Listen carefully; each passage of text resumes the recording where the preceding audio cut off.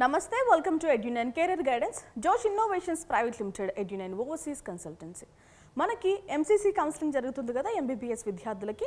So మనకి ఏంటంటే ఇప్పుడు వచ్చిన అప్డేట్, మీకు రౌండ్ 1లో కానీ రౌండ్ 2లో కానీ సీట్ అలొకేట్ అయి ఉంటుంది. చాలా మందికి రౌండ్ 1లో సీట్ వస్తుంది, చాలా మందికి ఏంటంటే రౌండ్ 1లో రాదు. వాళ్ళు ఏం చేస్తారంటే సెకండ్ రౌండ్లో సీట్ సంపాదిస్తారు, లేదంటే థర్డ్ ఫోర్త్ ఎన్ని రౌండ్స్ ఉంటే అన్ని రౌండ్స్లో సీటు ట్రై చేస్తూ ఉంటారు. ఇప్పుడు ఏంటంటే ఫస్ట్ రౌండ్లో వచ్చిన వాళ్ళకి ఆ సీటు నచ్చకపోతే 2 ఆప్షన్స్ ఉంటాయి. ఒకటి ఫ్రీ ఎగ్జిట్ అవ్వడం, లేదు అంటే అప్గ్రేడ్ చేసుకోవడం. సో ఫస్ట్ రౌండ్లో అప్గ్రేడ్ చేసుకున్న విద్యార్థులు కానీ, లేదు అంటే మొదటి రౌండ్లో సీట్ వచ్చిన విద్యార్థులు కానీ, లేదు అంటే ఫ్రెష్గా సెకండ్ ఫేజ్ ఆఫ్ కౌన్సిలింగ్లో సీట్ వచ్చిన విద్యార్థులు కానీ ఇప్పుడు ఇచ్చిన అవకాశం ఏంటంటే మీకు ఆ సీట్స్ నచ్చకపోతే ఫ్రీ ఎగ్జిట్ అవ్వండి. ఓకే, ఫ్రీ ఎగ్జిట్ ఇన్ టైంలో అయితే కనుక మీరు ఏవైతే కాషన్ డిపాజిట్స్ చేస్తారో ఆ డిపాజిట్, సెక్యూరిటీ డిపాజిట్ అంటాం కదా, ఆ డిపాజిట్ అంతా వెనక్కి వస్తుందండి.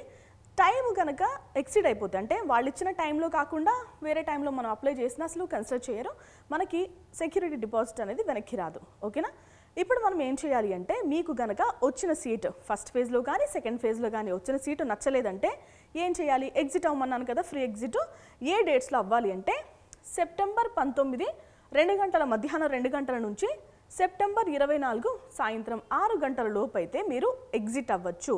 సో సెప్టెంబర్ 24 సాయంత్రం 6 గంటల లోపే ఫ్రీ ఎగ్జిట్ తీసుకోవాలి. ఓకేనా, సో రౌండ్ 1కి రౌండ్ 2కి సంబంధించిన సీట్స్లో ఎవరైనా రిజైన్ చేయాలి అనుకుంటే రిజిగ్నేషన్ అనేది ఈ డేట్స్లో మాత్రం ఇవ్వాల్సిన అవసరం ఉంటుందండి. ఓకేనా, మిస్ చేయొద్దు, డేట్స్ చాలా ఇంపార్టెంట్. ఇంకా ఇన్స్ట్రక్షన్స్ ఏంటంటే మీకు round 1 candidates who did not get upgraded in round 2. So చాలా మందికి ఫస్ట్ సీట్లో వచ్చినా కూడా అప్గ్రేడ్ చేసుకోవచ్చు కదా. మీరు ఇఫ్ ఇన్ కేస్ అప్గ్రేడ్ చేసుకోలేదండి, మీరు రిజైన్ చేయొచ్చు. ఇప్పుడు కూడా మీ పైన ఎలాంటి అంటే మీరు కట్టిన కాషన్ డిపాజిట్ కానీ సెక్యూరిటీ డిపాజిట్ కానీ వాళ్ళు ఏం తీసుకోరు, మీకు ఇస్తారు. ఓకేనా, రైట్. ఇంకొక కండిషన్ ఏంటంటే freshly allotted candidates of round 2. So చాలామందికి మొదటి రౌండ్లో రాదు, రెండవ రౌండ్లో వచ్చే అవకాశం ఉంటుంది. సో రెండవ రౌండ్లో కనుక ఫ్రెష్గా మీకు అలాట్ అయితే ఇప్పుడు మీరు రిజైన్ చేయాలి అనుకుంటే సో మీరు సీట్ని వెకేట్ చేయొచ్చు. మీరు కట్టిన కాషన్ డిపాజిట్ ఏదైతే ఉంటుందో అది వాళ్ళు తీసేసుకుంటారు, ఎందుకంటే మీకు ఫ్రెష్గా అలాట్ అయ్యింది. అంటే మీకు బదులుగా ఇంకొకరికి తీసుకుంటే ఈ పరిస్థితి వచ్చేది కాదు కదా నా ఉద్దేశంతో. సో మీరు ఏదైతే సెక్యూరిటీ డిపాజిట్ చేస్తారో అది వాళ్ళు ఎంసీసీ కౌన్సిలింగ్ వాళ్ళు తీసేసుకుంటారు. ఎందుకంటే కౌన్సిలింగ్ ప్రాసెస్ అనేది చాలా బ్యాక్గ్రౌండ్లో చాలా వర్క్ జరుగుతూ ఉంటుందండి. టాలీ చేసుకోవాలి, ఒకటి కాదు రెండు కాదు, స్పెల్లింగ్లతో సహా అన్నీ చూస్తూ ఉంటారు, క్యాస్ట్ చూస్తారు, స్టడీ సర్టిఫికెట్స్ చూస్తారు, బ్యాక్గ్రౌండ్లో చాలా వర్క్ జరుగుతుంది. సో టెక్నాలజీ పెరిగింది, ఆటోమేటిక్గా అవుతున్నా కూడా కొంచెం శ్రమ అయితే ఉంటుంది కదా. సో ఆ కౌన్సిలింగ్ ప్రాసెస్ చేసినందుకు లైక్ ఛార్జెస్ అన్నట్టు. ఓకేనా, రైట్. ఇంకొక కండిషన్ ఏంటంటే who get upgraded in round 2. So round 2లో ఎవరైతే అప్గ్రేడ్ చేసుకున్నారో వాళ్ళకి ఇప్పుడు కనుక వాళ్ళు రిజైన్ చేయాలి అనుకుంటే మీరు ఏదైతే డిపాజిట్ చేస్తారో సెక్యూరిటీ డిపాజిట్ అనేది మీకు రాదండి. ఓకేనా, రౌండ్ 2లో అప్గ్రేడ్ చేసుకున్న వాళ్ళు. ఓకేనా, ఎందుకంటే మీకు ఫస్ట్ ఫేజ్ కౌన్సిలింగ్లో వాళ్ళు మొత్తం వర్క్ చేయాలి, సెకండ్ ఫేజ్ కౌన్సిలింగ్లో కూడా వర్క్ చేయాలి. ఇప్పుడు 2 వర్క్లు వేస్ట్ అయినట్టే కదా. సో అందుకు మీ సెక్యూరిటీ డిపాజిట్ అనేది వెనక్కి రాదు. అండ్ ఇంకొకటి ఏంటంటే చాలామంది కామెంట్ చేశారు, మేము ఫిజికల్గా అటెండ్ అవ్వాలా అని అడుగుతున్నారు. ఎస్, మనం ఫిజికల్గానే అటెండ్ అవ్వాలి కాలేజ్ దగ్గరికి. ఇంకొకటి ఏంటంటే చాలామంది అడుగుతున్నారండి, మేమే వెళ్ళాలా, మా పేరెంట్స్ని పంపించవచ్చా, గార్డియన్ని పంపించవచ్చా అంటూ.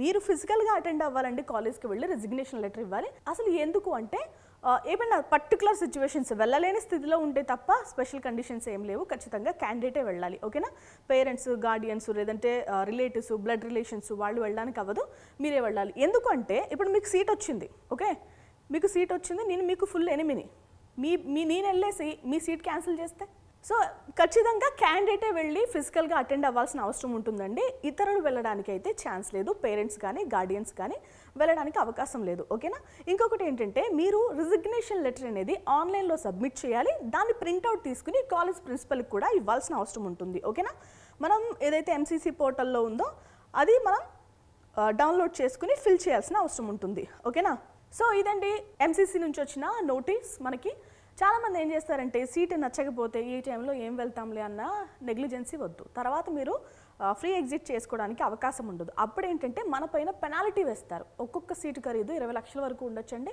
సో మీకు ఇప్పుడు నచ్చలేదు, నేను అప్గ్రేడ్ చేసుకోవాలి అనుకుంటే అప్గ్రేడ్ చేసుకోండి, లేదంటే ఫ్రీ ఎగ్జిట్ తీసుకోండి. ఓకేనా? చాలామంది ఇంకా ఏం చేస్తూ ఉంటారంటే జాయిన్ అయిపోయి నచ్చకపోతే డిస్కంటిన్యూ చేస్తూ ఉంటారు. డిస్కంటిన్యూ చేస్తే మీరు ఎంసీసీ కౌన్సిలింగ్ నుంచి కానీ లేదంటే స్టేట్ కౌన్సిలింగ్ నుంచి కానీ ఇంచుమించు 3 సంవత్సరాలు 4 సంవత్సరాలు డిబార్ అయిపోతారు. ఓకేనా? అవన్నీ ఎందుకు మనకి? మీకు నచ్చలేదా ఫ్రీ ఎగ్జిట్ తీసుకోండి, ఫ్రెష్గా మళ్ళీ కౌన్సిలింగ్లో పార్టిసిపేట్ చేయండి. ఓకేనా? ఇక్కడ రాకపోయినా మనం స్టేట్ కౌన్సిలింగ్లో పార్టిసిపేట్ చేయొచ్చు. ఓకేనా? ఇక్కడ సీట్ వస్తే కనుక అది వదులుకోవాలి, అక్కడ సీట్ వస్తే ఇది వదులుకోవాలి, అది మీ ఇష్టం. లేదు అంటే మేనేజ్మెంట్ కోటాలో సీట్ వస్తే కరీంనగర్ కోటా సీట్ వదులుకోవచ్చు. సో అలా. ఓకేనా? మనకి చాలా అవకాశాలు ఉంటాయి కాబట్టి మంచిగా మీరైతే ఎలాంటి పెనాల్టీలు కట్టకుండా జాగ్రత్తగా కౌన్సిలింగ్లో పార్టిసిపేట్ చేయండి. ఇది వాళ్ళ వీడియో. ఎలాంటి డౌట్స్ ఉన్నా కూడా లేదంటే హెల్ప్ కావాలి అన్న ఎడ్యునైన్ కెరీర్ గైడెన్స్ని అయితే సంప్రదించండి. Thanks for watching.